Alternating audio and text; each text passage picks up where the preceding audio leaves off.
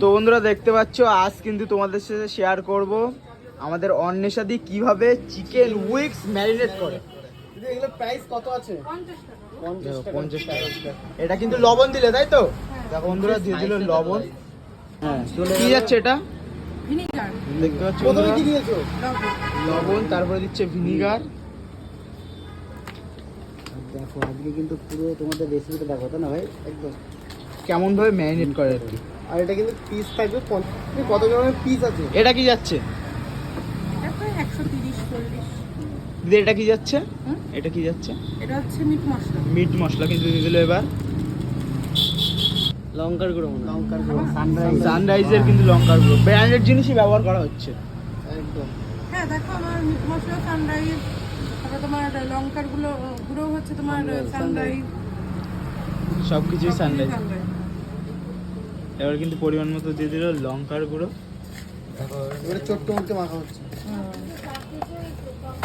Single piece ধরে ধরে কিন্তু মাখানো হচ্ছে একদম আলতো ছোঁয়া দিয়ে। তার মধ্যে ওই কালকে তোমার ওই এই দেখো পকোড়া ভাব দিকে পুরো তেলে দিয়ে পরে জ্বলে যাচ্ছে। আর গ্লাভস দিতে পারো।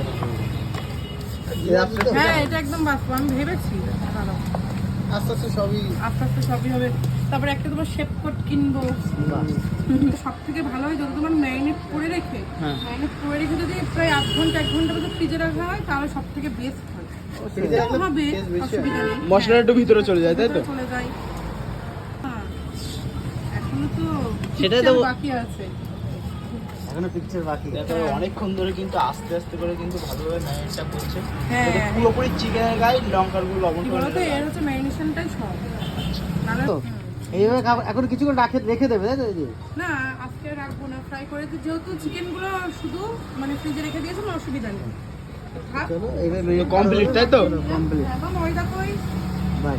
তো বন্ধুরা যাই হোক, দেখতে পাচ্ছ এইরকম কিন্তু এইগুলো জিনিসগুলো দিয়ে কিন্তু চিকেনটা ম্যারিনেট করে, আর কিছুই যাবে না। তো চলো, এই ছিল ভিডিও। লাইক, শেয়ার করে দাও।